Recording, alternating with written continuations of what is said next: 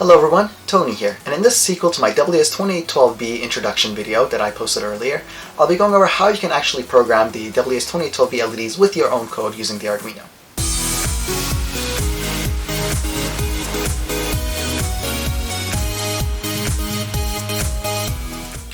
So in my last video, I had to leave off at the end of running the demos with fastled.h because the video was getting too long.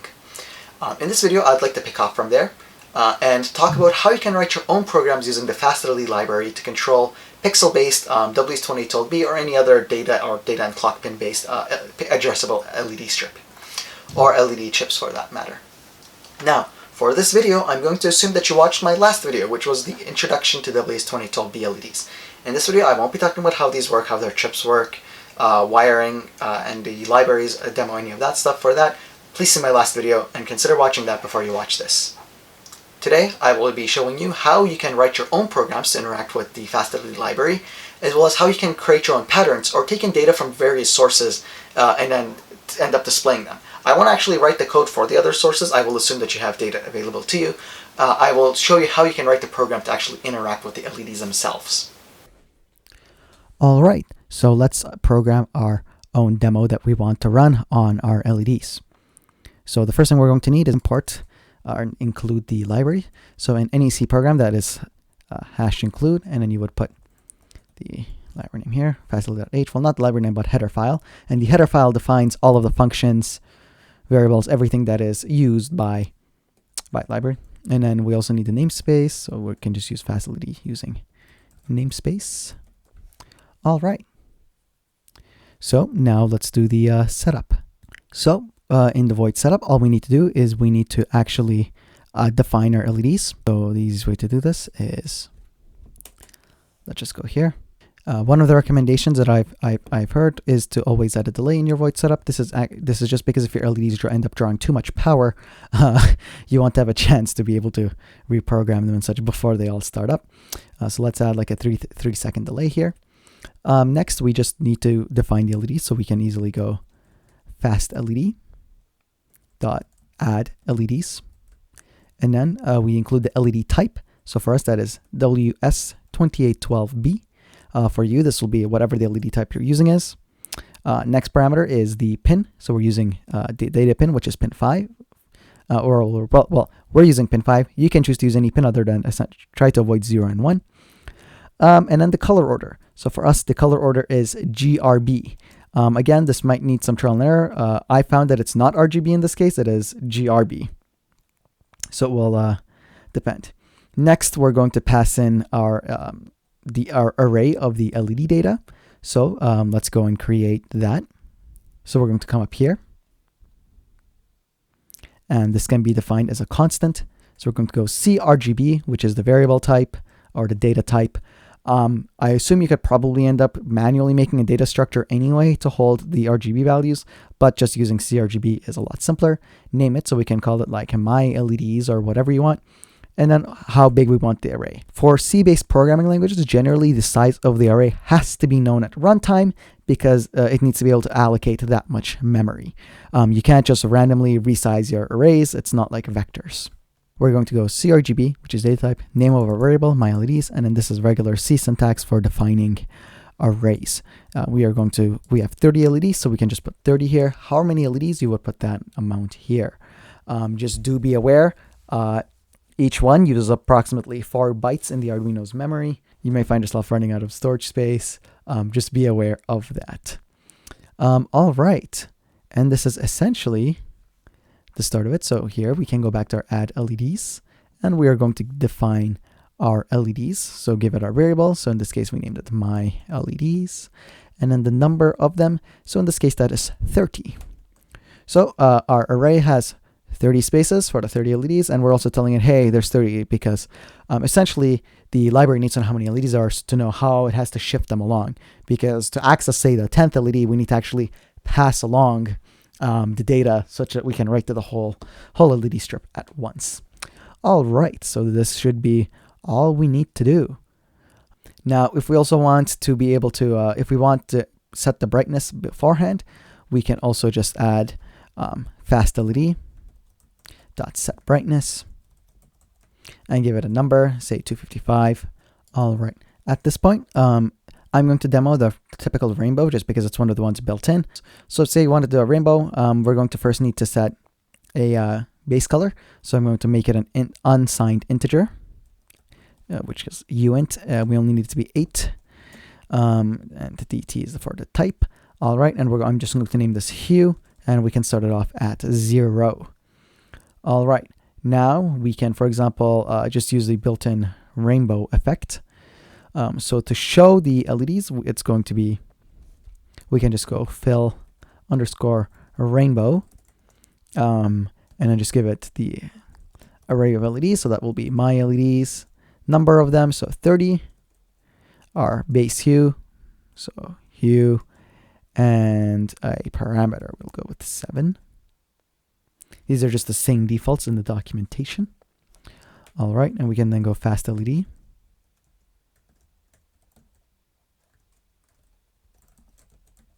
Dot show, and that will update the LED strip. Oh, that would be my bad. WS2812, not 20. There we go. Okay, unplug and plug it back in. And we have our rainbow. Now, by default, the rainbow doesn't shift over. If we want it to be an animated rainbow, we will have to update our base color. So, for example, what it's done is it has taken hue 0, which is typically red, and it is essentially generated a rainbow that maps all 360 hues to our 30 LEDs. So each one of these will be X degrees apart. So we end up with this very nice gradient. Let me switch to the camera. Gradient across the LEDs. If I turn this light off, it'll be more obvious. Here we go. So it goes from red, and essentially we have a rainbow. Now, say you wanted your rainbow to be moving, to be animated, right? Well, as I said, here's what it's doing. It's taking your hue 0, and then it's mapping all of these alongside it. We can do is we can instead increment our hue, right? And then this will only work for the first. Well, we can always just rely on the integer overflowing. Maybe not the best idea, but it'll work. Delay, and let's add like a 10 millisecond delay. And now if we upload this, we will see that our hue increments. So that means that the LEDs themselves are going to change in color as well. So it's uploaded. And as you can see,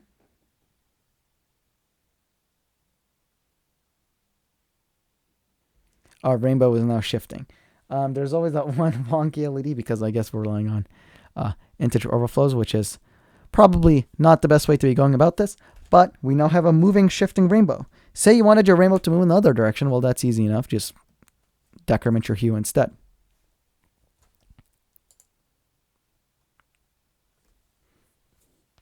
And now the rainbow will move this way.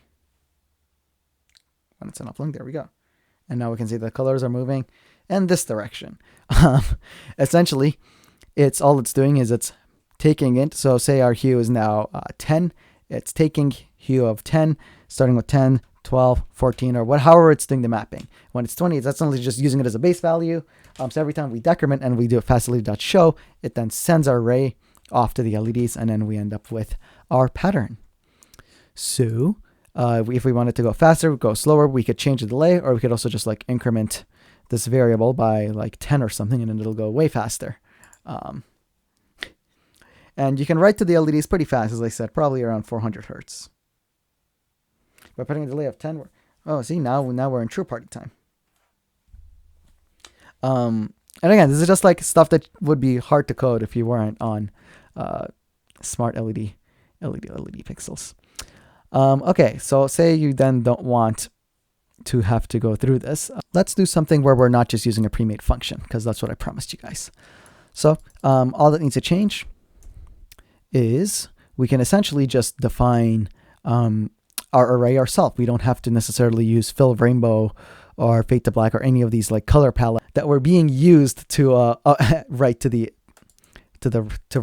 array. So for this, I'm going to use a loop just because it is very convenient. So I will go for int I equals 0, I is less than 29, I plus plus, and now we can write something to the values of our array. And what we can just do is we can go my LEDs at the index. Well, you know what? let's avoid the loop for now. Let's say we just wanted one LED to be on. How can we do that? All right. So what we can do is we can always just go my LEDs. Say we want the first LED to be on, or the 10th LED, just so you guys can easily, just so it's one that's in frame. And we can just set this equal to CHSV, hue saturation value. And what we will do is we can just give it like a hue, say red. We can give it a saturation. We want it full, and give it a value. All right. Or let's say I guess also might not make it 255. All right. So now we can save this. All right. And we can upload it. Oh, I forgot to remove something, didn't I? Aha. I forgot to remove the fill rainbow. All right. Let's get rid of the fill rainbow. Upload. And we can see we just have the one red LED that is on. And if I unplug it, plug it back and save, then we wanted its neighboring LED. My LEDs. Say we wanted the 10th LED to be cyan, right? We can go CHSV. And we can give it, say, 180 apart from red. We'll put it at cyan. We want full saturation. Full value. Okay, so if you guys aren't aware how the saturation value business works, I'll overlay a picture of a CHSV color grid over this video.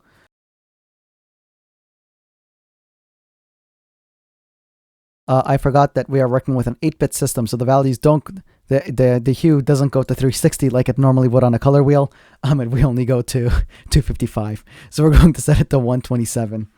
If we want this LED to be cyan, give it a try. There we go. Now we have cyan. That's one thing to keep in mind, guys. If you guys are used to Photoshop or something, just know that the RGB and C8, RGB is always 0 to 255, which just CHSV caught me off guard because I assume it to be going from 0 to 360. All right. So now if we wanted it to be the color increments, we could go with a value of 63, so on and so forth. That should give us yellow. Yep. All right. So there we go. This is how we would set it manually. Now, say we wanted it to be, we want to write the values ourselves. Say we want, for example, every even LED to be on, right? We can always go with I plus equals 2 or something. And we can go say my LEDs dot I dot equals. For example, say we want CRGB. We want it to be like a red fade. What we will do is we can go let's go I times 8.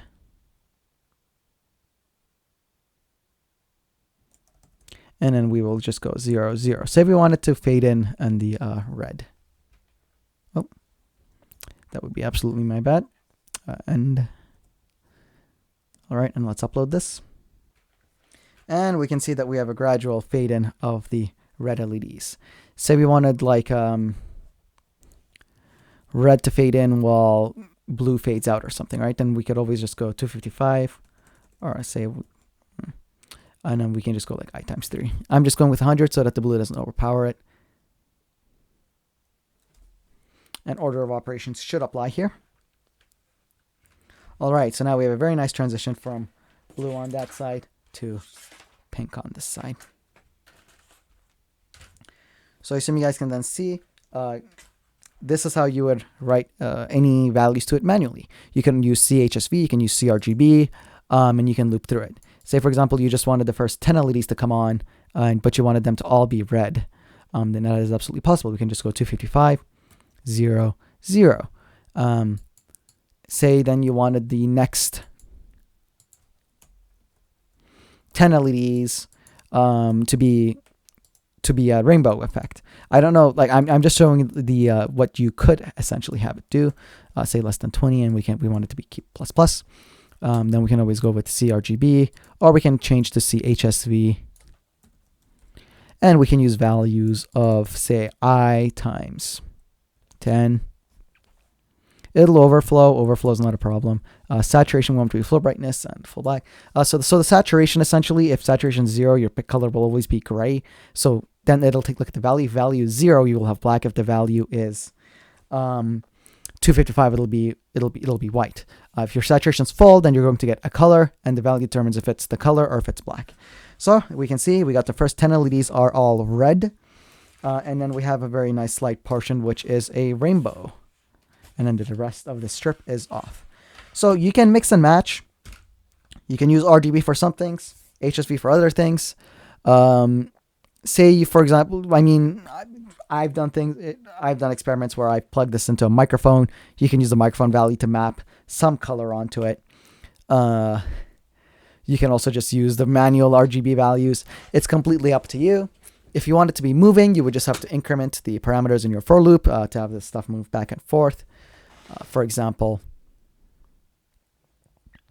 what we could do is, if we wanted to update each time, we would just have to include fastled.h inside of our for loop and move our delay into our for loop as well. And we could just set the whole array to be zeros. There's a convenient helper function to do this. Since this is C, generally there is no such thing as setting the whole array to 0. Usually can get away with doing it when you're initializing it, but we will see if we can do, because the array is actually just a pointer. So just keep in mind, if I was to try to do this, we would probably end up deleting the pointer and not actually turning the LEDs off in typical C language. So what we'll do is I'll just loop through it internally into I, or j equals 0. J is less than 30, sorry. We are 0 indexed to j++. Open up our curly brace, and in here we can always just set the value of every single item in my LEDs at j to be 0. And then out here we can then set just one LED in our strip to be on. So we will go here, and we could go my LEDs at I equals CRGB, and let's say we wanted a single green LED, right? So we go 0 to 55, 0, and then we should have a green LED that moves down the strip.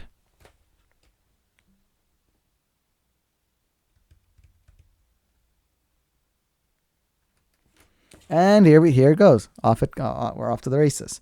We've got the green LED moving. If we want it to be a little bit slower, just increase the delay to 20, say. And say instead of turning all the LEDs off, we wanted them to be blue or something instead. So we can just go C RGB. Again, you can use HSV if you're more used to it. 255. Hit upload.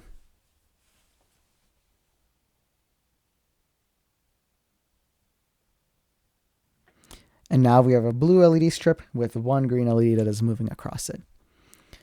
Say we wanted not one LED, we wanted two LEDs to be moving across. We can always just go I and also have I+1 be moving. Just make sure that you turn this last one to a 29 instead of 30, so that we don't end up writing a 1 to like some random space in memory. And now we have two green LEDs. Say we wanted a green LED and it followed by a white LED, right? You guys are getting my point. You can easily start with this, and then whatever complications you want to throw into your system for whatever effect you're trying to achieve, you can go for it. See, now we have a green and then a white. If you want to check, I can always just unplug it. Take a look. Got the white, then we got the green. We got our two LEDs. And that is the essentials of working with the Fast LED library. You can actually use the preset colors. There are all the presets for red, green, cyan, blue, white, black, so on and so forth. You don't even need to use RGB values. I just use it because it's practical and convenient for me. But in short, that is how you can effectively program WS2812Bs. All right, so going back to our basic code to be able to write stuff to these LEDs. Let's say that we wanted to be able to control the state of our RGB from our computer when we felt like it. So we can do this by using serial. So we'll go serial.begin 9600. Then what we can do is we can, this was our pre-made hue variable. We can get rid of this. This was only used for the rainbow. And now in our loop, what we can do is we can instead wait for serial to be available. So let's go while serial.available is greater than 0. All right. So everything in here will execute once serial has been made available. So what we can do is we can now go make a variable here. Say let's go int 8, the type, and say we want it to be called color. And we want to read the color from what the user tells us. So let's go parse int. We can also do this with manual RGB values. This is just using int I equals 0. I is less than 30. And so let's just do a first test where we set all of the LEDs in the strip to be our desired color, like your conventional RGB LED. And then we can go my LEDs at I equal CHSV. And we can store this as the color 255, 255. I'll also show you how you can easily swap this for parsing RGB values. So let's upload this. All right, so wait for it to be uploaded.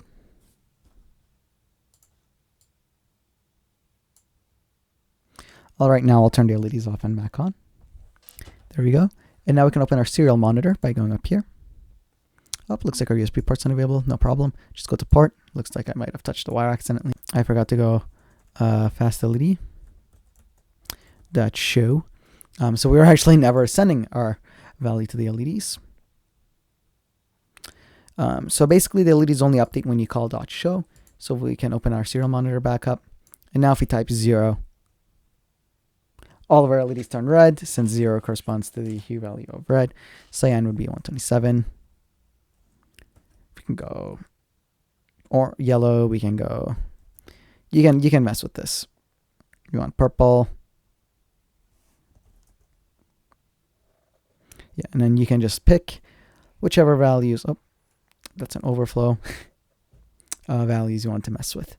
So essentially, this is how you can control your LEDs from your computer. Say you're not used to this HSV scale. You wanna use RGB.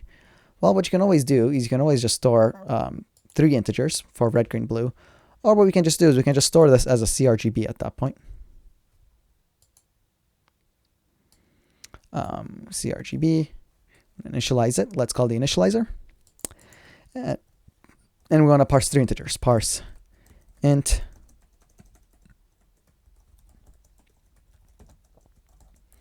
and parse int.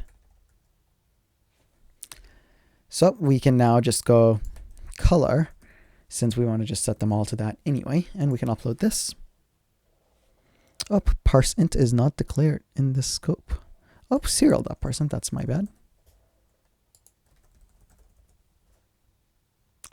Serial.parseInt. Uploaded. Open up our serial monitor. So we want it to now be green. Oh, 255, 0. And all of our LEDs go green. We want orange. We can go 255, 127, 0. Oh, right, because I am parsing this as RGB versus displaying as GRB. So that's something you should probably pay attention to. We're not actually displaying the LEDs in the same way. The channels should be the same though. Oh, where did my mouse go? Let me quickly grab my cursor. There we go. We should be able to go 255 for blue. Oh, nope, that's red because right. It's going CRB. So you could obviously just swap that around in your brain. That's a limitation of the LEDs we're working with. But the point is, we can write to the LEDs from a serial console. And we can update them. Now, we can also try to do something a little bit more. Instead of doing this, we can try to write to every other LED. Say you want 2 different colors. You can tie it into, you don't actually have to use the Arduino serial monitor, right? We can have some other programs. Say we have hardware info or some program. This is easier to implement on Linux, but we can have it go and we can grab like the CPU temperature, and you can just use something like GNU Screen to pipe values into a serial output. There's a bunch of programs that will let you access serial ports because it's just /dev/USB0. You can use any one of them to actually interact with this. We don't actually have to go, oh, I'm dropping frames. We don't have to go through the Arduino IDE and fight with all of the Arduino software. And that way we can actually tie it in with a cron job or whatever to some other system functionality. have it show like the results of our internet speed test. I don't know. You guys be the judge. If you don't want to use serial, you want it to be independent, you're using like an Arduino per micro, you don't have serial, at your easiest convenience, well, then what you can just do is say you have like some onboard sensors, or you have like an ESP8266 attached and you can send Wi-Fi requests. You can always use one of those. If you have an ESP32, then you can do even more, because ESP32 can also run like its own web server, so you can actually make an entire UI to set the color of these off the internet, and there you go. You have smart LED strips that are cheaper than your Philips Hue or whatever. You can literally have an Arduino or an ESP just listen for API calls, and you can just send the RGB values over an API request instead of like over serial, and then you can do that with whatever, Bluetooth, so on and so forth. You guys be the judge. This is about where I probably want to leave off. At this point, I would like to thank you all so much for watching this video on how you can program WS2812B LED strips on an Arduino. If you enjoyed this video, please consider subscribing to my channel or leaving a like down below. It helps me out a lot. Hopefully you learned something from this video. Hopefully you were able to get your LED strips up and running. If you have any questions, consider leaving them in the comments. I won't be able to reply right away. I do have classes, but I'll try to get back to you at some point. If you want to see any of my future endeavors, please consider subscribing to my channel. Thank you so much for watching, and have a great day. Bye.